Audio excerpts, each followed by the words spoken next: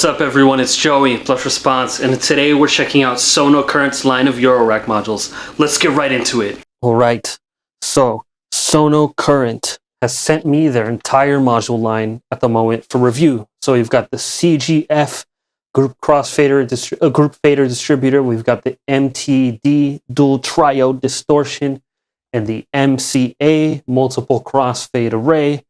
These are very interesting modules, and I've been getting deep into them and finding quite a lot of uses for them. So let's talk about what they're about. So starting with the MC3A, it's a crossfade array mixer. So you have 4 inputs, and they're in pairs of 2. So you have 1 and 2 on crossfader A, and 3 and 4 on crossfader B. And then the outputs of crossfader A and B go into crossfader C. So it's a 4-input mixer in a sense. You can hear that. Here, I have the DPO going in. This is the DPO.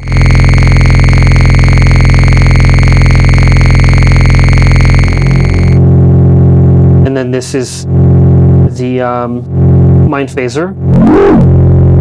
The DPO. Mind phaser. And then on crossfade B, I have the instrumental CSL, and then the spectrophone. So pretty self-explanatory. And then we have all 4 oscillators mixed now. Get some big fatness. But quickly, I want to show you the group fader distributor. So we're just hearing the DPO now, and I have this going out. So basically you have, this is like a macro control knob that's controlled by this, and you have 4 outputs and 4 inputs, and you can put anything in there like CV, and then as you turn up the or audio sources, and as you turn up this group level knob, it will attenuate that source, those 4 sources. If you have nothing plugged in, it has a static voltage output. So in this case, I have it going out to the DPO's FM bus, the mod bus, and then the shape and angle inputs. And just let me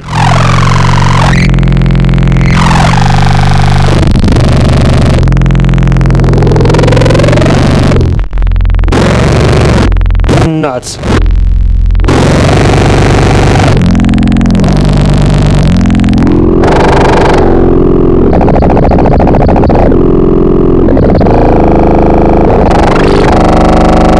Try on the fold input.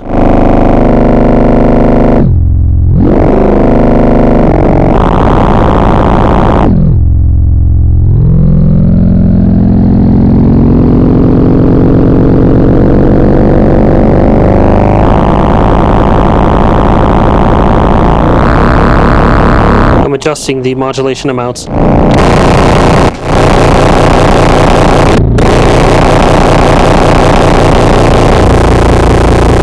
Yeah, so a lot of weirdness. And you can do linear, exponential, you can CV it, of course, you can invert it.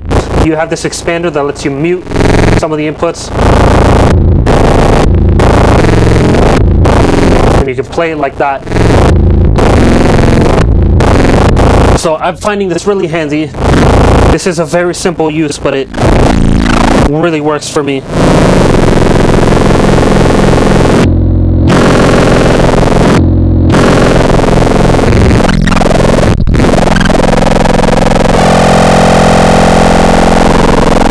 Now, we're going to crossfade back, so we have all 4 oscillators, and I have them going through the Erica Synths delay and reverb here, and also a filter. And I want to show off this distortion. So this uses new tubes. The tube is right here in this little window. You can see it's lit up. You have a dry-wet mix, which I find super handy. Every effect should have dry-wet mix, even distortion. It's a beautiful thing. Notice I have mix fully wet and there's nothing happening. Now bring up that drive. And that shit is brutal! Fucking brutal! And that's what I like. It's totally broken sounding. You have feedback. You just get some dronage. It just sounds ridiculous. Completely broken. And I've also got some drums we're gonna put through it. So Here's our dry drum signal. You can notice dry drums. We'll start bringing in the mix. Fully open, start driving the shit out of that. You have a tilt EQ, and you have this bias thing, which also affects the distortion, and then you have feedback. You can't really get more fucked up than that. It is fucking dope. And then with my synths back in there. Yes! Now we're going. Say I want only the DPO.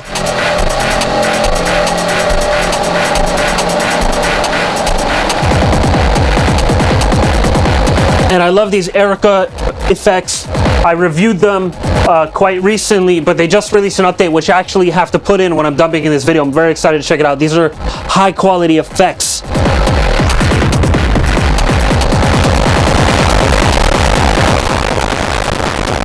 But I just love how fucked up they sound. And you know, I was talking to because in my mind the king of tubes is Metasonics, and ages ago I told him, like, make some shit with new tubes, and he prefers the big tubes, and I can understand, you know, he's about the quality, but this sounds really good, man. I don't know, I think he could do something cool with new tubes. Just how insane that is.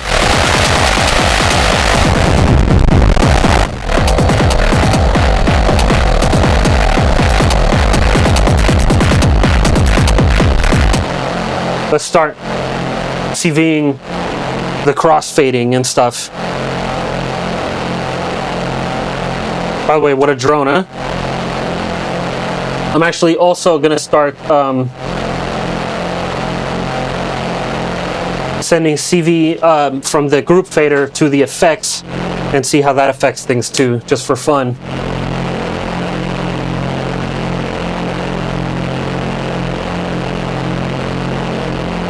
And I like that you have attenuators for every input. And by the way, these modules, the look and the feel, they feel extremely high quality, nicely built. I'm a fan. And they light up with the CV. Very well done, very well thought of. So we go dry. We're getting some beautiful morphing waves. And let's start multiplying out that group fader shit to different inputs on the different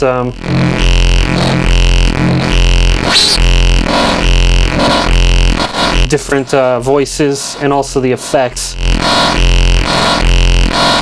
We're just gonna plug it into all the different. This is like a really monster patch here. And I have a feeling this is one of those patches that's gonna give you crazy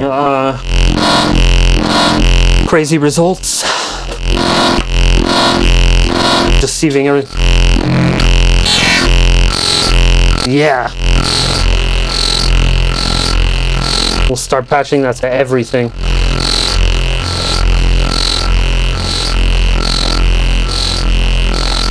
Continually patching.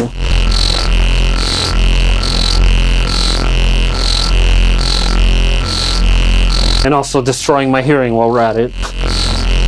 But, oh yeah. I'm just hyped for the potential results here.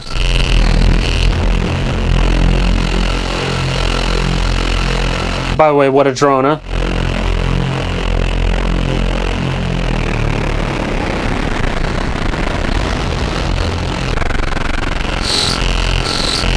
We'll keep patching that even more.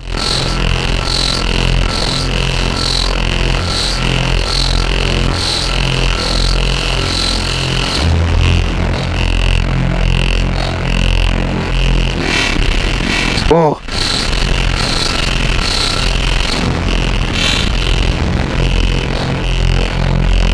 Start editing some of these LFOs. I'm using the Modcan quad LFO, so I'm getting weird shapes with the wavetable LFOs.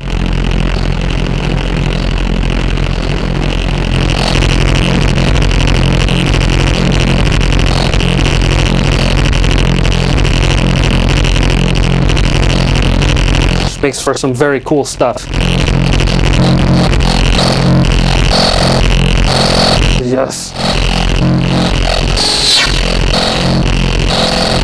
Brutal.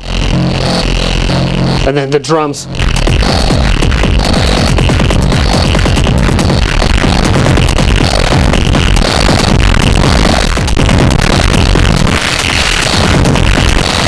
Oh, insane. That is a brutal distortion. That's like face ripping. It hurts. It hurts good. It hurts so good.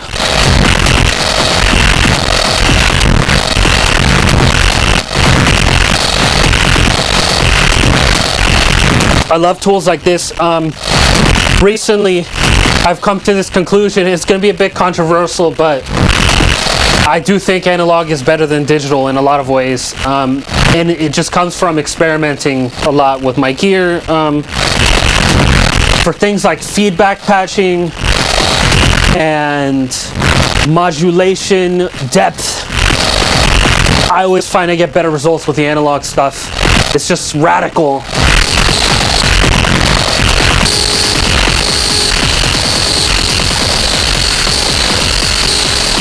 Just something about it. And look, I just inverted. Crazy.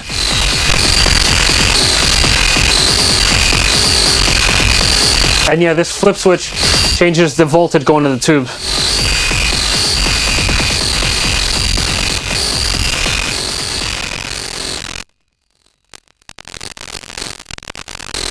So trippy. It's just when I, on this tangent, when I really heavily modulate some things, sometimes the digital oscillators are not programmed to receive intensive modulation on certain inputs or certain frequency ranges, like maybe a digital filter only can accept modulation up to 500 hertz. Or if you start patching feedback, they don't, like nothing happens even. Maybe they have no effect or something. So of course not every digital module, but it never is a problem with the analog stuff, and I think it's really special. And then sometimes just the radicalness of the sounds, like, and granted, I love and use digital all the time, but I don't know, the analog stuff gets me, especially distortion, God.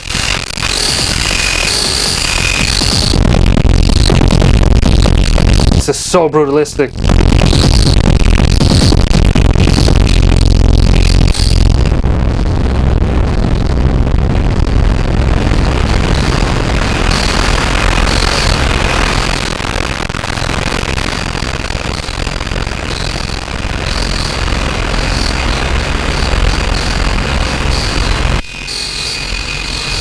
Yeah, that reverb is sick, huh? We haven't even done any pitch sequencing.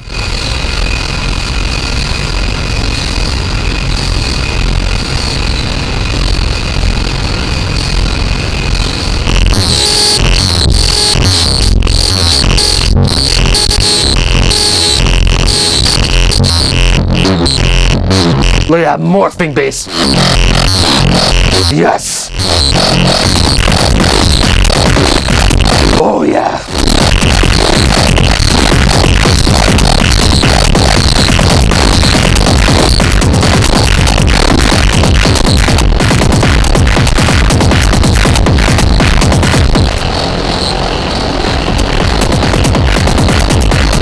Yes.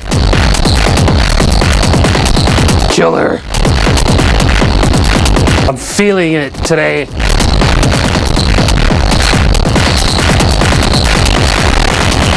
Oh God, it's so insane. That's a fucking distortion right there, guys.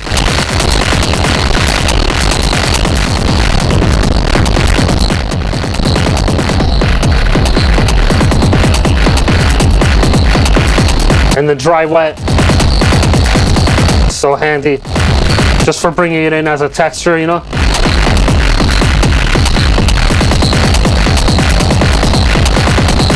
Drop out the drums.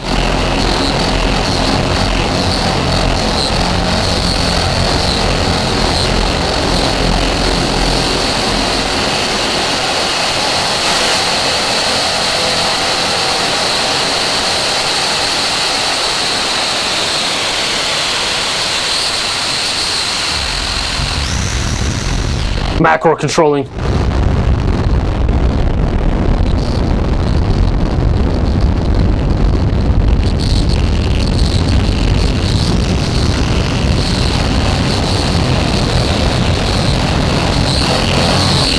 No reverb.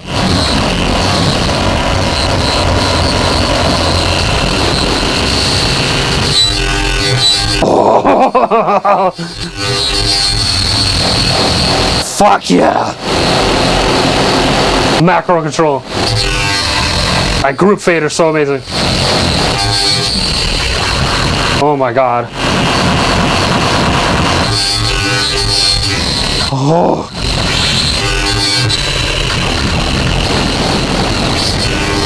So that reverb.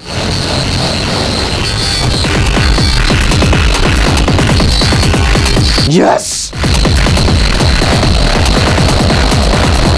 Oh my god.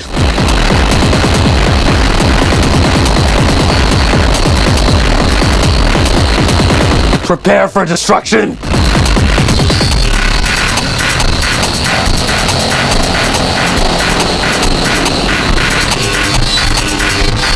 Slamming!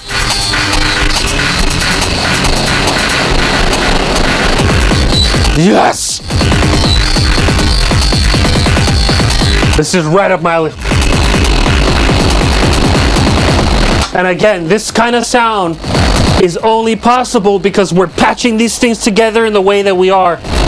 To get this result, this approach, you would have to think radically differently using something else, because the tools are right in front of you. They allow this. That's why I'm such a proponent of these things. I would struggle to think how to do something like this in a computer, barring extremely complex and laborious routing. This took me a minute to patch. Come at me, computer bros.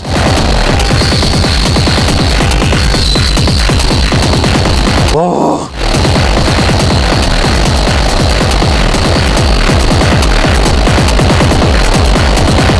I think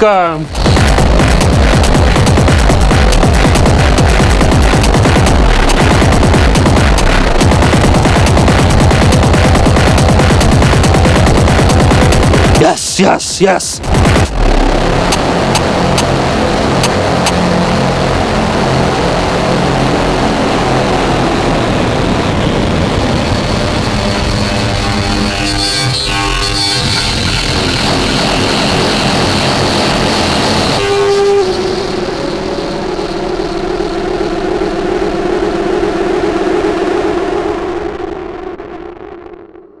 Sonocurrent Eurorack modular. So that was dope. I think these modules are extremely powerful, and functions they provide allow you immediate direct control to a lot of cool things that are going to lead you to unexpected patching. There's so many things I didn't try because there's a lot of depth in their simplicity. One macro control knob, like I was like, eh, and then I tried it and suddenly the potential showed itself. I can control 80 things at once by patching with stackables and route things like crazy, and then the multiple crossfade array giving me crazy morphing between 4 separate sources, and then that new tube triode distortion is just incredible sounding. It's one of the best distortions I've heard. And wow, yeah, it just, again, this is the power of analog. It really shows you what you can do with analog, and only within analog, because it's just so pure. There's no programming related behavior. It just works. It really just works. It's simple, it's effective, and it's dope sounding. Of course, digital effects in the mix, but analog routing, analog feedback, those sorts of things really are unique to analog. And yeah, samples of this jam and other jams are going to be up on my Patreon as always. For you, there's about like 100 something packs now, so if you haven't checked it out, check it out. There's quite a lot.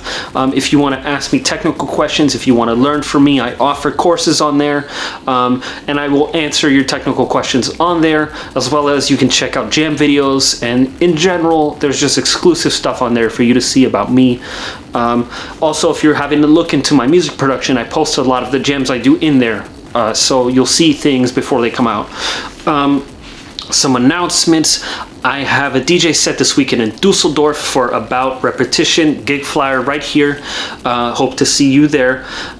Just had a release out on Megastructure from Liza Aiken. It's called Werkstatt 18. Features a collaboration track with me called Why Should I Behave. The video's on this channel and the vinyl is shipping now. There's more new music coming soon from me as well. And if you missed my 2 releases from last year, In Exile and Dimensional Research, check them out on my Bandcamp. If you want to support in other ways, you can buy gear from the affiliate links in the pinned comment in the video description, or you can buy gear through or things through the Amazon store I have linked up with just gear and other things I like, or you can sign up for DistroKid using my link. I appreciate any of it. I'll get a kickback from all of it. Thanks for watching. Until next time, don't forget to like and subscribe. Peace out.